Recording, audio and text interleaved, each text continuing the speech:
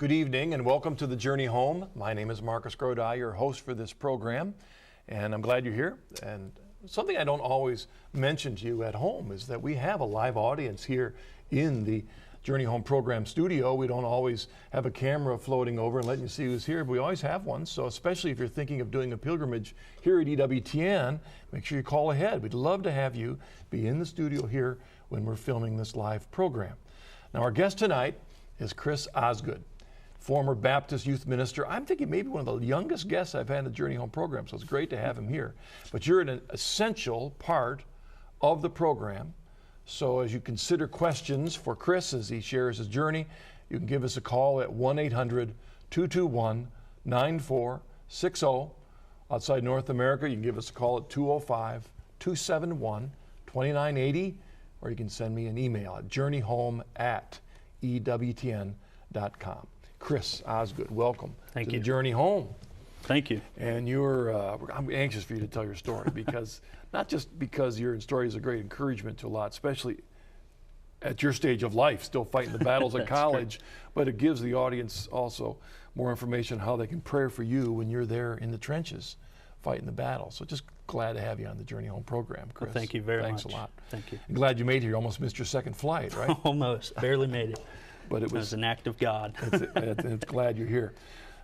What I always do every week is I invite the guests to take a step back and give us a little summary of your early spiritual journey, if you would, Chris. Okay. Well, I guess it all started as every story with a human does before you're born, with mom and dad. Mom was Methodist and dad was a Catholic.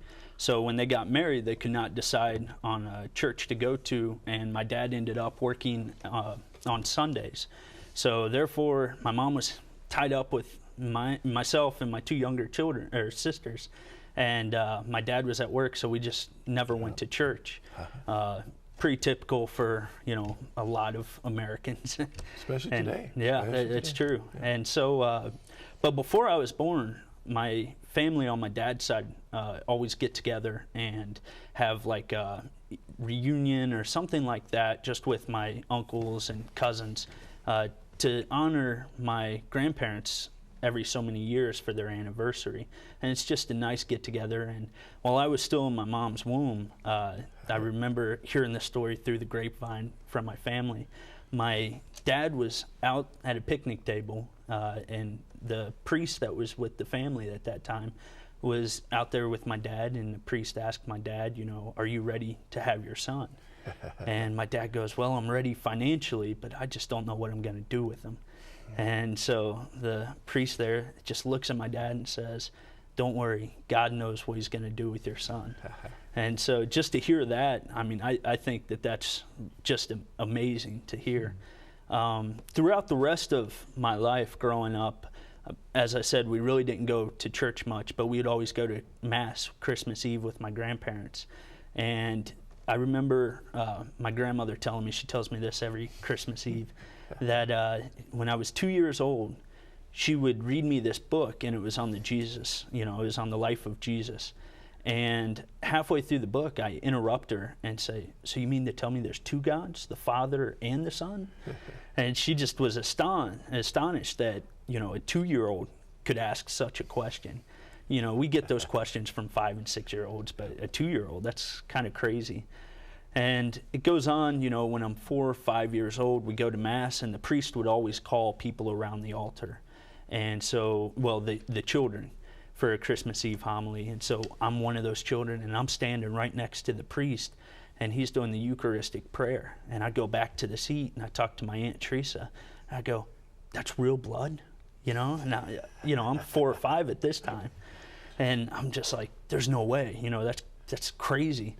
And so she quickly turns me over to my grandma and goes, I'll explain to you when you get older. And so from there, I, started growing, wanting to learn more about God. But since the only time I would go to church would be Christmas Eve, I ended up calling my uncle on my mother's side and asked him if I could go to church with him, and he belonged to the Vineyard.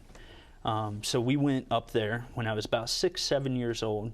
And I remember this day because it was right after the service.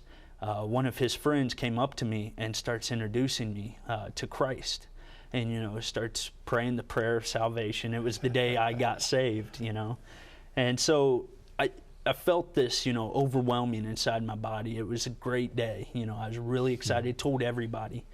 And so then about a little bit later, when I was in the 5th grade, I got really scared of dying. I was just scared of death. I didn't want to die because I thought there was nothing after, even though I was saved. Had someone close to you died? Is that what's spurred it No, on? no. It was just out of the blue. I really don't know where it came from.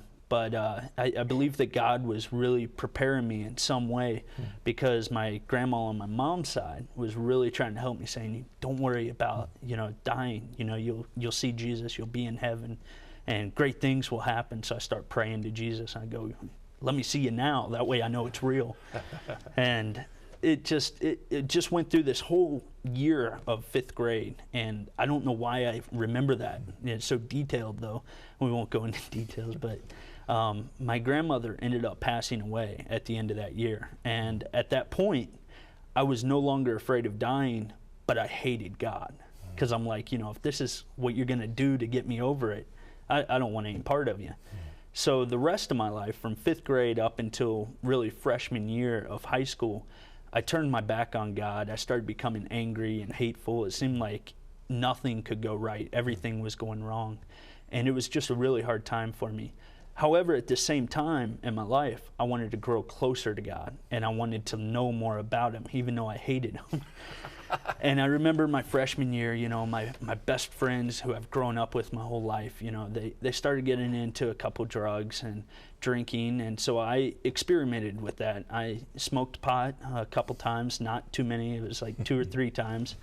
But I remember coming home and seeing my sisters, and my 2 younger sisters, and I did not want them to do that. So by the grace of God, I was not hooked at that, and I could just quit. You're convicted. Yeah, I got convicted real fast with that, because I just did not want my sisters to fall into that, and I knew what it was going to do to me.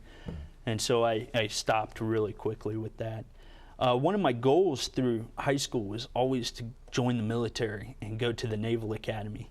My grandfather on my dad's side graduated in '56 from the Naval Academy, and that was just a goal of mine. So I tried, doing everything I can, and another goal of mine was to run for student body president, because I just thought it would be cool to speak at graduation. But didn't care what the job was like for the year, just wanted to speak at the end. I just wanted to be the center of attention and, say hey to everybody. But it was about my junior year. I still haven't been going to church except for some random times with my uncle and Christmas Eve with my grandparents. And junior year of high school, out of the blue, my woodshop teacher comes up to me and goes, you need to come to FCS. And I look at him and go, what's FCS? He goes, well, it used to be called FCA, Fellowship of Christian Athletes, but no one was coming because they thought it was only for athletes, so we changed athletes to students. So you need to come. I go, well, okay, I want to learn about God, but I still hate Him. And that's the mentality I had until I started getting to know this group. It was a very small group, every other Friday, and then the other Fridays we would come together as a whole group.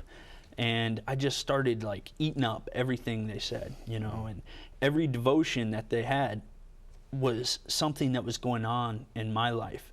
And it's like, okay, there is a God, because that's exactly what I need right now, and that's exactly what the devotion was. So I thought that was really cool. I started going every Friday. And it was really my woodshop teacher that got me involved with the school and with Christianity. He introduced me to it again, and I was being discipled in a way. So my summer after that, I get asked by the guidance counselor at our school to lead up one of these small groups. And I look at him, I go, I don't even know if I'm Christian. I'm just going, I'm learning about it. I want to, but there's no way I'm even ready to lead a group. And he goes, well, no, it's okay. We're going to help you, because it's not just you. It's a whole group of people leading groups. So I go, okay.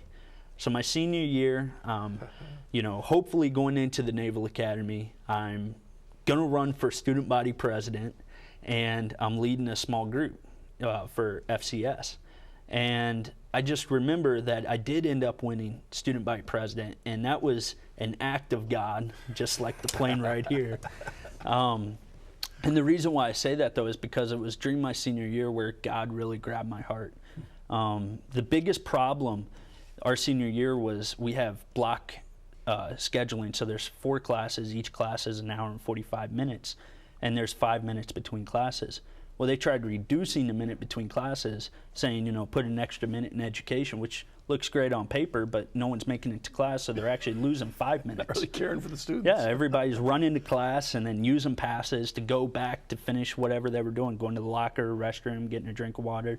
So I figured it was my responsibility that I did not see in freshman year to stand up for the students. And so I ended up going to the school board, fighting for it, and we ended up getting a compromise. We got 2 of the minutes back between classes, but the other 2 classes we had 4 minutes. It was kind of a win-win, though. And the student body just loved it because it was the first time that someone actually stood up for them. It was the first time that, student council was not ran by people who were just going to get scholarships or, get into a certain college, although it would have helped to get into the Naval Academy. I just ran so I could speak at graduation. And so as a president of student council, it was my job to give speeches at assemblies and things. And so when that happened, it was like God just took a hold of my heart. And every speech I gave, I got in trouble for because I would throw in Bible verses or I would talk about Jesus, but I would never say Jesus. That way I couldn't get in trouble, really, until my last speech. I just let it out because, it's graduation. What are they going to do? Not give me my diploma in front of everybody? So I went ahead and, a lot of the students started joining FCS and started coming to Christ because of that. And we were able to help so many people in the community because of that. It was just a great time. Also, it was right around that time where I started getting involved with the Baptist church. I talked to my neighbor who was a Baptist pastor, and he tells me, start coming to church every Sunday. I go, okay, so I'll go with you. And it was March 13th of 2005 I got baptized by my neighbor, and it was just a great experience because, it was the guy I've grown up with my entire life who gets to baptize me, And it was just really cool, a lot of fun. The family was there, friends were there. It was just a great turnout and a great celebration. So then I asked him, I go, well, I need to decide what is it I'm going to do. I love talking in front of people, and I really want to serve my nation, in the military. But maybe I'm starting to feel the call to ministry. I don't know. My best friend Brandon just got accepted to a Bible college out in Missouri, and he totally changed his life senior year, And so it was just really cool to see his changing. And I'm like, okay, if he can change like that, that's the kind of guy I want to be like. I want to go study for the ministry because if he can change my life, maybe I can change other people's lives. So I start applying to every school, the Naval Academy, these different Christian colleges, and it was the last day of spring break my senior year, and I'm just laying in bed and looking up to the ceiling. I go, I got such little time to find out where I'm going to go to college. I just want a sign, God. Do you want me to join the military, or do you want me to join the ministry? I just need a sign. And no joke, it was not even the next day I get this letter in the mail. Actually, 2 letters. A rejection letter from the Naval Academy and an acceptance letter to Central Christian College of the Bible out in Missouri. And with that acceptance letter, I got a full tuition scholarship. It's a pretty big sign. Yeah, I'm like, well, there it is, just the next day. Wow, there's nothing else I can do. I asked for it, there it is. And so I started looking into the school, and I wasn't really sure if I fit in there. It seemed like they had a lot of rules. I'm going to be completely honest. The reason why I didn't go there is because you weren't allowed to play PlayStation. I'm not going to lie. And so... You got to get your priorities straight. So I end up not going there. I end up going to Sinclair Community College in Dayton, Ohio for a year. And during that year, I asked my pastor, I go, well, what's it like to preach? And he goes, well, I'm going on vacation in 2 weeks, you're preaching. No, I just want to know what it's like. I'm not ready to preach. And it's a very small Baptist church. There was probably anywhere from 15 to 20 people, so I couldn't do much damage. But once again, I'm kind of getting thrown into a ministry without being discipled or taught about any of it. And I'm like, well, okay. He promised me he was going to help, and, you know. So, but he was also the fire chief, so he was bivocational.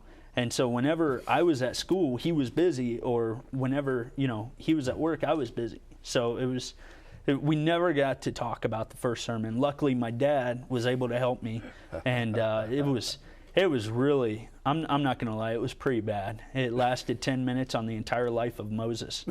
Now, I don't know how you can sum it up into 10 minutes, but... But yet, was there a touch of the spark? Oh, yes. Yes, I knew as soon as I got done, and, you know, after the service, the people were coming up to me and they go, that might not have been the best that you've done, but we know that you got a calling, so we want you back. And from there, they ended up putting me in charge of the youth ministry. We didn't have a youth pastor, so they go, well, Chris, you do that. Well, that wasn't the brightest idea. We started out with 5 kids, and by the time I leave, we have 3. So it wasn't the best idea. Of course, it was really hard because I didn't really know the area. It was downtown Dayton. I live in a suburb. I have no way of communicating with these people. That's hard work anyway. It was really tough. And so it was also that summer between my senior year at high school and Sinclair Community College where I start going down to see my great aunt in New Hope, Kentucky. I'm going to stop there. Okay. Just pause you there for a second, because Okay. there are a couple questions I want to backtrack a little bit. Just refresh your Catholic background, because your dad was not very active in his Catholic faith, and that was your main connection Right. with Catholicism? Yes. Well, what did you think about the Catholic Church through most of your childhood? Well, that's a good question. I was torn. Every time I had a question, I would go to my grandma, and she would tell me. I would go to my dad, and even though he wasn't practicing, he still knew the church teachings. So he would tell me, you know, what happens when we die? Well, you go to purgatory, or, you know, heaven or hell, you know. And so he's explaining that to me a little bit. My grandma would start explaining it a lot to me. So I grew up with that teaching.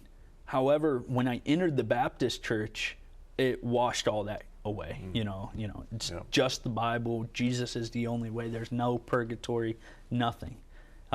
It's all symbols. But the one thing that really caught me in the Baptist church is how serious they take baptism if it's just a symbol. I was shocked. I was really confused too. So that's kind of where my background was with that.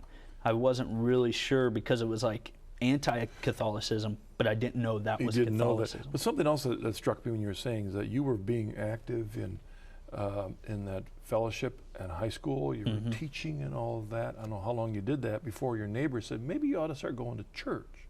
And the reason that struck me was that in many ways that's like many young, committed, love Christ evangelicals today, that their understanding of their faith is Jesus and me, but no church. Yes. Not even necessary. Yes. Unfortunately, the biggest problem I'm running in with people my age is there are a lot of students and just, you know, people who are working and things my age, and I ask them, you know, what church do you go to? They'll tell me, and I go, well, what denomination is that? I go, well, I don't believe in that denomination stuff. And it's, to me, I'm like, well, you know, you got to affiliate yourself with something, because these are the people that I do find sometimes attacking other denominations. And I'm like, well, where do you stand? And you talk to one person in this church and you talk to another person, they're two different things. And I really see it as a hurtful thing. My favorite passage in the Bible is 1 Corinthians chapter 1, 10 through 17. And Paul's talking about, you know, it doesn't matter who you're baptized under, because we all worship the same Lord. We all worship the same God. And that was one thing that I would preach on probably 2 or 3 times at the Baptist church, and they got mad at me because obviously I was bringing in the Catholic Church with that. So, yeah, Right. it was a tough time, because even though I believed everything that I was taught from my grandmother and my dad about Catholicism, I didn't really recognize that it was Catholicism. So here I'm taught to hate Catholics, but yet I believe what they believe. And getting back to going to New Hope, Kentucky. One other thing before that. Okay. No, had you started at Liberty yet when you went to New Hope? Okay, not that's yet. after that. Okay, well, let's go to New Hope. Okay. What's New Hope? New Hope, Kentucky is just the place that I go to have a blast with Catholics. I go down there, the first time I go down there is to see my great aunt, who I absolutely love. And I'm thinking that it's kind of a retirement center. My great aunt, is down there. She's telling me to come visit her. I'd never heard about any children being there, families. So I show up with not knowing what to expect except for a lot of senior citizens.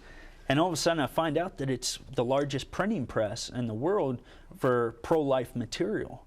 And I just fell in love with it. And so I go down there and I start talking to some of these families, and I'm surprised that some of these youth that are there, they're my age, they're younger, some are a little bit older, and they knew more about Catholicism than I could ever wish to know about. And they were so on fire for God. It was just amazing. And I fell in love with them right away. And I was asking the hardest questions that I could find, and saying, that's not in the Bible. Where is that? And they're talking to me, telling me, well, not everything has to be in the Bible. And they're explaining the authority of the church and Peter and the apostles and then the church fathers. And so they're explaining to me the tradition and everything. And I'm falling in love with this. Okay. So I go down there for about a weekend, and then I come home, and my Baptist pastor quickly turns off my pro-Catholicism and makes me anti-Catholic again. But it was very fun, and it was a great experience. In fact, I came back really upset with getting the answers that I got, because I'm saying, there's no way. There's no way you believe all that. I believe that, but I don't want you to believe that because I don't want to be Catholic. And so then they always ask, every time I went down there, are you ready to become Catholic? Are you ready to become Catholic? And I go, no, I just can't. I want to get married. I do not want to become a priest, but I want to enter the ministry. And so from there, that summer, I end up going to Liberty afterwards. And that was just an amazing experience. To kind of backtrack on that, I asked my pastor, where should I go to school? I want to go into the ministry. You know that, I know that. Where should I go to school? During this time, my family's saying, become Catholic. And my friends are saying, stay Baptist. And so I felt like I was choosing between my family and my friends, and I just didn't know who to choose. I almost just gave up on it all and just quit going. And I know that neither side wanted it to be like that. And if they heard that, which they're hearing it now, they're probably not too happy. But I end up going to Liberty to meet with Jerry Falwell. That was the plan, Dr. Falwell, before school starts, like 2 weeks ahead of time. And so I drive 7 hours down there, and I hang out with my family down there for the weekend. It turns out I had family that was down there I didn't even know about. So I meet them, and we go to Thomas Road, and I sit there for halfway through his sermon, and I look at my cousin and I go, okay, where's this car? And he goes, you're not serious about this whole thing. I thought you were joking. I go, no, I'm dead serious. I mean, I'm never going to see the guy again. Why not ask him for a scholarship? So I end up standing by his car for about 2 hours, waiting for him to come out of church. And during that 2 hours, I'm just scared to death, having no idea what's going to happen, what should I say. Didn't rehearse anything. And so he comes out, and I go up to him, and I go, Dr. Falwell, my name's Chris Osgood. Can I have 5 minutes of your time? And he goes, nope, I'm sorry, I'm late for lunch. I go, you got to be kidding me. He goes, well, hurry up and tell me, what is it about? I go, I want to go into the ministry. I love, the school that I've checked out, but I can't afford it. And he stops me and he says, here's my personal email. When you get home tonight, email me everything. So I drive 7 hours. I'm supposed to have lunch with my cousins. Forget to call them. I'm on my way home to email Dr. Falwell. And so I kind of stand up my cousins. They call me when I'm in West Virginia. And they're like, where have you been? We waited for you for like 3 hours. I'm like, oh, my bad. I'm on my way home. And so I get home. I call my dad. And he says, the internet's not working. So I just walk straight into my neighbor's house, who was my Baptist pastor. And he's surprised. He's sitting there watching TV. He goes, Chris, what are you doing? And I go, well, I need to use your computer. I need to email Dr. Falwell. This is important. He goes, okay. And so I email this. I email him, and I ask him. I told him my whole situation. I've been involved in the Baptist church, and I'm wanting to study for the ministry because I do want to go into the ministry full time, but I cannot afford Liberty. Liberty's $22,000 a year. You know, a pastor doesn't make that much. I'm never going to be able to pay it off. So can I have a full ride? I figure if you're going to ask big. And he emails me back, or no, he doesn't email me back for a week. And I'm thinking, I know I'm getting the money, but maybe not this semester, maybe next semester. And I get a phone call. That's what it was. And I get this phone call saying, when can you get down here? And I'm just kind of ticked off. And I go, well, when are you going to bring me down? Because I'm sick of hearing, when can I get down? And you guys don't give me any money. And they told me that my father and I have to pay $7,000 a year. And then I take out the full amount of the Stafford loans, and Dr. Falwell's going to cover the rest. So I pretty much got a 50% scholarship, even more than that, really, since tuition's gone up and things like that. So I'm really excited. I get there 2 days before classes start. Don't know how it happened, but I ended up picking the best schedule, Tuesdays and Thursdays. So I had 4-day weekends. But at that time, I was also looking at, you know, what I was learning in class. And I was really excited. I was on fire. But about 2 to 3 months into this, I start realizing there's something missing. There's something really missing here. And a little bit before this, I get this tape on Scott Hahn's conversion story. This is like right before I go to Liberty. Who gave that to you? Her name's Christiane. She's from New Hope, Kentucky. And they just had an amazing part in my conversion. And so I'm listening to this, and all of a sudden I hear Scott Hahn talk about John chapter 6 and the Eucharist. And I'm thinking to myself, this isn't right. There's no way that's in the Bible, because I'm taught as a Baptist, take the Bible for what it is, word for word, literally. So I pull out my Bible, I read it, and I go, I can't be Baptist anymore. But I end up going to Liberty, and it's about 3 months into it, and I realized there's something missing. And it was the Eucharist. I just couldn't deal with it. They had the communion night, and I'm going, and I go, although it's beautiful of the way they had it set up, it seemed like there was nothing there. It seemed empty and void. So I call up my aunt, who works for the Richmond Diocese, and I go, I need to get into an RCIA program. So she puts me into Holy Cross, and I start joining RCIA, getting very involved, and just loving it. And so all of my friends in the dorm room go, you're not becoming Catholic, are you? I go, well, no. I'm just going to see what this whole Catholicism is about. I want to make sure that, you know, it's not really bad or anything, you know, that way I can witness to them. That was my whole way. I would bring home food every week because the ladies were just so generous, and they knew I was a poor college student.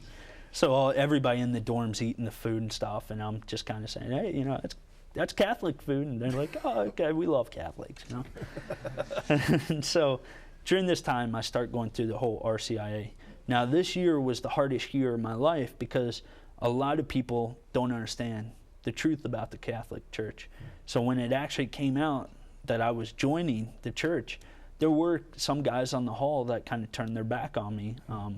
They would put down me and the Catholic Church, and I just kind of wanted to give up again. But I knew that I couldn't, and I knew that I had, you know, the prayers of all of my Catholic friends, especially in Louisville and New Hope. And so it was just their prayers and support that really got me through that year. And I remember just being there at the Easter Vigil, and it was just amazing. I've never felt anything like it, and I wanted it to go on forever. I heard about how St. Augustine did it, you know, from midnight until like dawn, and I'm like, why couldn't it be that way for me? Then I realized no one else would have shown up. So it was just a great experience that year.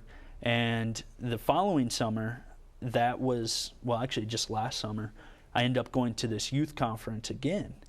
And at this youth conference, now I'm a volunteer. And, I don't know if I talked about the youth conference. It was the summer before Liberty that I went to the youth conference. And there at New Hope, right? At New Hope. Well, right. This was put on by New Hope, right. but it's in Louisville, Kentucky. Okay. Right. And so I go there, and I'm just loving it. I'm supposed to be a guest, and my aunt pays for me to go there because she's really wanting me to learn about Catholicism, become Catholic. And so I go there, and I meet this brother. His name's Brother Ignatius, studying for the Dominicans. to become a priest. And he's from Ohio, just like me, so we hit it off. I know him. Really? Because we attended a Dominican parish in Zanesville. I think he came through. Yes, just last summer, the summer before. Yes, I love him dearly. He had a huge part of my conversion because I'm just sitting there and I'm asking him, okay, what's this whole purgatory thing about? And he goes, well, you know, imagine that you're in a dark room, there's no windows, nothing, everything's pitch black. And then all of a sudden you walk out into the sunlight, your eyes are transitioning, you know, that way you can see again. Well, that's kind of like what purgatory is for us to get into heaven. It's that transition period. And I go, that makes sense, you know, because as a Baptist, I believe that we will be getting new bodies in heaven and, you know, everything's going to be perfect. So this is the purification process. I believe that. I can now understand purgatory. And so I would ask him all these questions. And when I went to Liberty, I told him I went to Liberty, and you know he studies in Washington, D.C., so every semester I would make a trip up to the Dominican House of Studies and just have a blast with all the brothers. It's a great time. And so the year after I become Catholic, I start going back to this youth conference. And now I'm a volunteer trying to help other people grow in their faith and set up behind the scenes. And I just have to say that is like the place to be. It really is the reason why I converted. Just to see so many Catholics, youth, that were on fire for God. So many brothers, so many nuns, priests. They're just coming together. What's the name of the conference and when is it, just in case someone else is interested? Yeah, not a problem. It's Ignite Your Torch Youth Conference. It's July 24th through 27th of this year in Louisville, Kentucky. And I hope everybody is able to go to it. It's for high school students, and I'm not exactly sure the cost, but you go to www.igniteyourtorch.org, and there, you know, you can get all the information. I recommend it for any high school student. It's just amazing to see what happens there. They have adoration every night, have confession. And whenever you see a priest, just grab them, go to confession. It's just awesome, and it helps kids grow in their faith and get on fire for God. You know, maybe I'll take a moment just to in case someone's listening and they would like to know. They've got youth. I do have the information. 800. The phone number is 800-764-8444. That's the phone number for Ignite Your Faith Conference. You can go to igniteyourfaith.org, and the conference takes place July 24th through 27th. Now, before we take a break, but you were going to be a minister. And you're still at Liberty, right? I am. So now what? Well, since I'm at Liberty and now I'm Catholic, you know, as I said before, I did not want to become Catholic because I did not want to become a priest. If I'm going into the ministry, I want to do it, you know, without holding anything back. And so by the grace of God, I've been praying about it. And I'm sure other people have been praying too.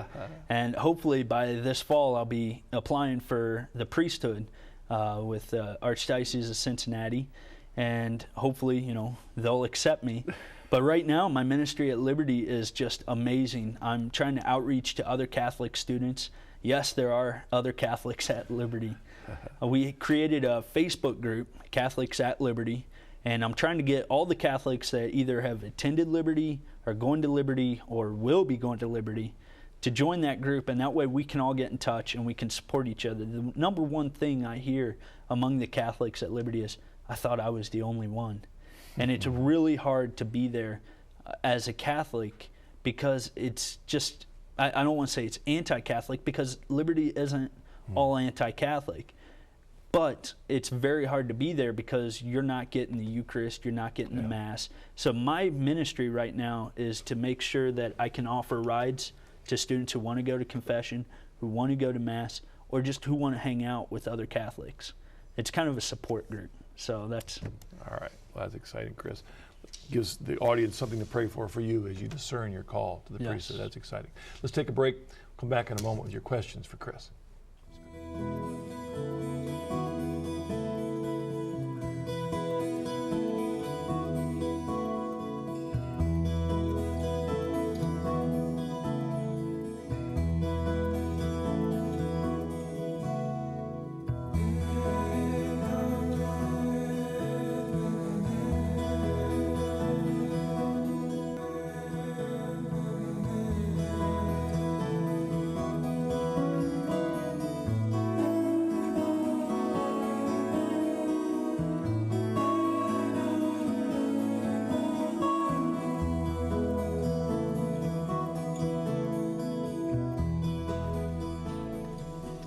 Welcome back to the Journey Home.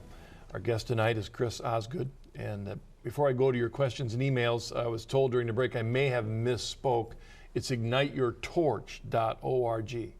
Ignite Your Torch is the name of the youth gathering, right, Chris? Yes. I want to make sure I might have said ignite your faith, but that's probably what happens there, right? That's what it's all definitely about. what happens. But it's called igniteyourtorch.org if you'd like to check out the website. All right, we've got a bunch of emails. Let's go to this first one here. This comes from Sherry, Mobile, Alabama.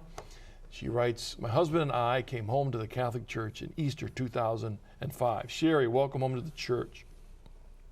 His evangelical / Southern Baptist family cannot get past Peter being the rock. They think that Christ himself or the faith of Peter is the rock. Think of the song Rock of Ages. They are talking about Jesus being the rock. What can I do to show them the truth on this subject, that authority does indeed live with the successor of Peter, because it belonged to Peter, the person, the real man? Any help is an appreciation. Sherry, thank you for your email. Well, that's a great question, and welcome home to the Catholic Church. The biggest thing that led me to believe that Peter was the rock, the first pope, was because when Jesus is talking to him, he sets up this perfect atmosphere around him. He's by all these stones, huge stones, and he's in the city that's just surrounded by these big boulders. And I'm sorry, I forget the city's name off the top of my head, but Caesarea Philippi. Yes. And when Peter is there, Christ is talking to Peter. He says, Peter. He addresses his name. He's not saying to all the disciples, as what I've been taught in the Baptist church. He's saying, Peter, upon this rock I will build my church. He's directly talking to Peter. And he's not saying to, all the apostles, saying that he is the rock, because he calls out Peter. And I'm trying to emphasize that, because that is very important, that he speaks directly to Peter. And also we can see that Peter in the book of Acts is just on fire. He's the leader. You read through the first half of the book of Acts, and what is it? Peter. Throughout the entire New Testament, it's either Peter and the 11 apostles or Peter and the others. Peter's always dressed first when he's talking about the apostles. Also, in the book of Acts, it's Peter that's kind of running these church meetings between the other apostles. Peter says, we need to choose somebody to replace Judas. So Peter has this leadership role that I find phenomenal, and I find it very important. Now, who does he pass that on to? Well, Linus, some people say in the church, which I'm forgetting where, but he is dressed in the Bible, I believe, that he came to Christ through Peter, pretty much. So we can see that, even with Paul's addressing Timothy and kind of bringing him up. And why is it that the apostles are discipling? Jesus discipled them, then we see that Peter's in charge, and Peter is also discipling others as Paul and the other apostles were. So that's kind of where the church authority comes along, and that's why I believe in the church authority. A lot of questions I have that still aren't answered, but I know that others have asked them. So. And I'm going to mention something that Bill Bales mentioned last week, just Sherry, for you to add to your little list of things. And it is interesting that Matthew 16, that whole scenario, you said that scenario set up, is very much reminiscent of what's happening back in Isaiah chapter 22. All right, you see the parallel, same words, Isaiah 22, beginning about verse 15. Now, what I find interesting is that, sadly, most Catholic Bibles don't have cross-references in the Bibles. I'm looking forward to a good Catholic Story Bible that has all, but Protestant Bibles are full of cross-references because they believe the Bible's all that's necessary. And usually it will say in the footnotes of the Protestant Bible that Isaiah 22. So you can use that to show them the handing down of the keys to the representative, as Jesus did to Peter. The parallels are very much there, almost the same words. Thanks, Chris. Next phone call. Matthew from Alabama. Hello, Matthew. What's your question? My question is, currently I am on my journey, my wife and our young son, we are on our journey to the Catholic faith. I'm a former Baptist youth minister. And my question for you... Well, first of all, Matthew, our prayers are with you, my friend. Thank you. Yes. My question for the guest is, how does he approach ministering or discussing the Catholic faith with his Protestant friends and family? I'm currently hitting a brick wall with my family. Are you sure the brick wall isn't hitting you? I mean, I know the feeling. I know the feeling, because I'll tell you what, Matthew, at the end of the program, you're going to see references to the Coming Home Network International. And the reason we exist is specifically so that you have fellowship with others in ministry who've been there, so that when you're getting hit by those walls, there's some people that were also hit by walls, and we know how to pick it up. But how about yourself there, Chris? Well, I just have to say that I have faced that opposition. I still am to some point. Not my entire family doesn't even know that I'm Catholic. They probably do after tonight. but I've kept it from quite a few of them because I don't want to face that opposition. It's really hard, when your family starts turning against you. My best friend down at Liberty, he graduated a couple years ago. He was a Methodist pastor. He just got received into the Catholic Church this past December, and him and I have hit it off. And he's telling me, a couple things about his family that are opposing him, and it's like, that brick wall, and it seems like we all get it with our families and friends. So the best thing I can offer is prayer. The best thing to do is pray, and pray to the saints, pray first and foremost to Christ, and just ask for that grace to be able to deal with that. What I've found is when I first became Catholic, I'm on fire, and I'll argue with anybody about the Catholic Church, but then I start realizing I'm just wasting my time. You're going to know who's serious and who's not about the church, and the best way to witness to them is let them see that you're true about your faith, that you really are on fire for God. Because the biggest thing that I've noticed with some Baptists are, if you become Catholic, you don't worship Jesus, you worship Mary. And so let them know that you do worship Jesus. You go to the Mass for the Eucharist, which is Jesus there. So just let them see Jesus in you. The thing I love about the Catholic Church is, don't preach with words, preach with actions, and preach with words only when necessary. Let them see the walk, let them see if you're really doing what you should be doing. All right. Very good. Next email comes from Melissa. Hello, Marcus and Chris. I am a former Catholic. Now I'm a member of a Baptist congregation. There are many reasons why I left the church, one of them being that I never had a real experience with Mary. I've experienced many miracles and answered prayer, e.g., I've always been close to the Lord, but not Mary. What has been your personal experience with Mary? If I could just get it to click in my heart, perhaps I'd come home too, but right now it makes no sense. Melissa, thank you so much for your email. Our prayers are with you. And I understand that too in my own journey. Mm-hmm. Mary was one of the biggest barriers for me because I didn't understand. Right. How about for you, Chris? That's a tough one. Unfortunately, I'm not going to make it click for you tonight. That's something between you and Mary that is going to have to happen. For me, Mary wasn't too much of a problem, but at the same time she was, because since my grandmother, who was Catholic, I was kind of brought up with, let's honor her, let's respect her. But then I started, saying, well, as my Baptist friends have said, no, just honor her at Christmas. So that's what I started getting into. The thing that I've noticed is I have a hard time praying the rosary a lot of the times. I just don't feel like doing it sometimes. I'm like, is she even listening? Is she even able to hear my prayers? But then I find out, of course she is. Seems like every time I'm able to pray the rosary, I grow closer to her. And I've been praying the rosary even before I was Catholic. And it was just something that was not all there for me. But even though I don't pray the rosary that much, it's kind of like, when you have your rosary beads, it's a journey. And it's that journey with Mary looking at Christ. She's pointing us to Christ. That's the role of Mary. It's, Mary has brought Christ to us. Now she's trying to bring us to Christ. So when I pray the rosary and I go around the decades, I go, okay, well, I'm here at the first one, and I'm beginning this journey. And by the end of it, I'm like, wow, I've been through this entire journey with Mary looking at my Lord. So that helped for me. Also, just ask her, pray to her and ask for her help.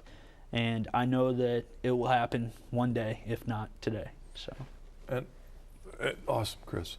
I want to add one other thing. As I'm listening to Melissa's, it was Melissa, wasn't it? I think it was Melissa. yes, Yeah. yes, What I was hearing also in the way you described that is that you're measuring the validity of an aspect of faith by your experience. mm-hmm.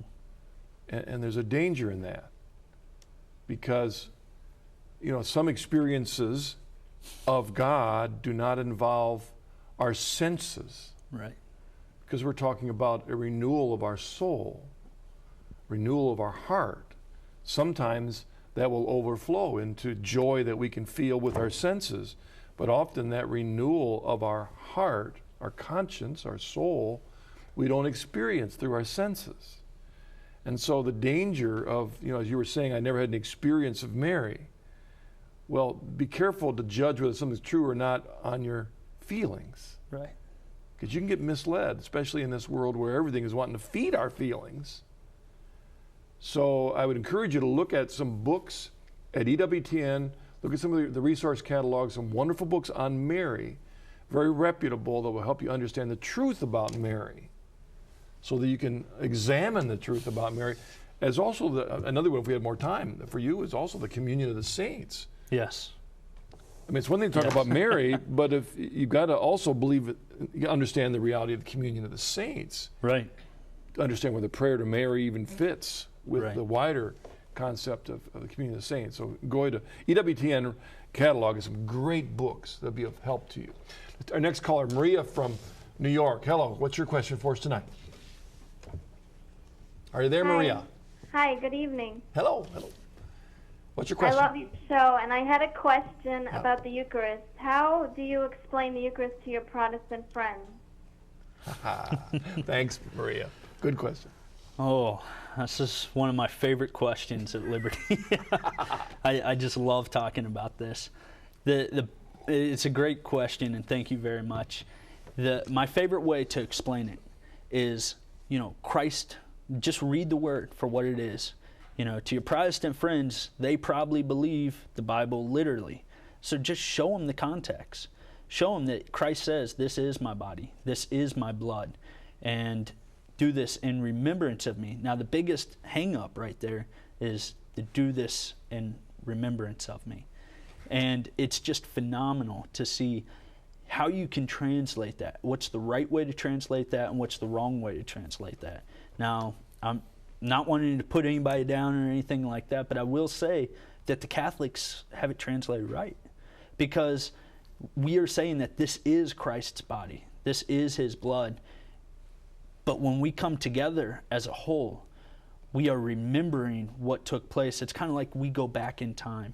The best way that it's ever been explained to me was by Brother James Brent, Dominican brother studying for the priesthood. He tells me communion is like this. Imagine Halloween. You see little Jimmy dressed up as Batman, and all of a sudden he's going out. Well, everybody knows that that's little Jimmy inside that costume. We as Catholics see the bread and wine, but everybody knows that that's Jesus inside that bread and wine. The Protestants have that costume hung up on the shelf. We know that, that's supposed to represent something, but Jesus isn't in it because they don't believe it. They don't believe in that. So the big thing for Catholics are, if you're trying to explain the faith to them, I don't think they'll understand, or maybe they will, but the biggest thing is try to show them that Christ says, this is my body, this is my blood.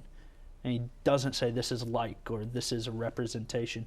Look at John chapter 6. Many of the disciples walk away because of what Jesus teaches there. Yep, yep. He doesn't call him back and Right. water down what he's saying. That's exactly right. Email, Bill from Wisconsin. The Baptist Church has a tradition of great preaching. Do you miss the longer sermon with its freelance, in-depth expounding of scriptural texts in the Catholic Church? And what might Catholic clergy glean from the Baptist approach to preaching in particular? Thank you, Bill. Wow. Well, I'll tell you what I miss. I miss the preaching. Since I've become Catholic, I don't preach. Oh, But you miss, I do other ministries, though. Yeah.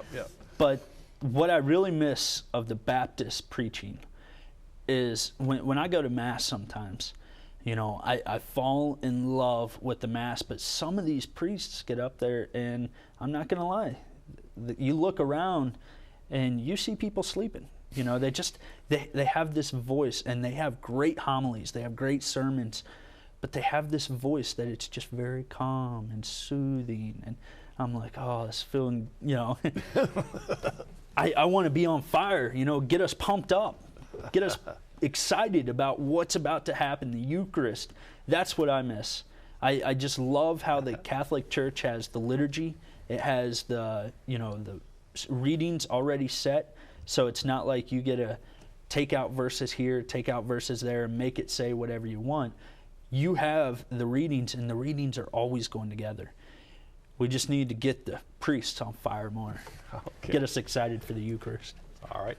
See if we can get one more phone call in with a little bit of time. Anita from Florida, what's your question? Hello.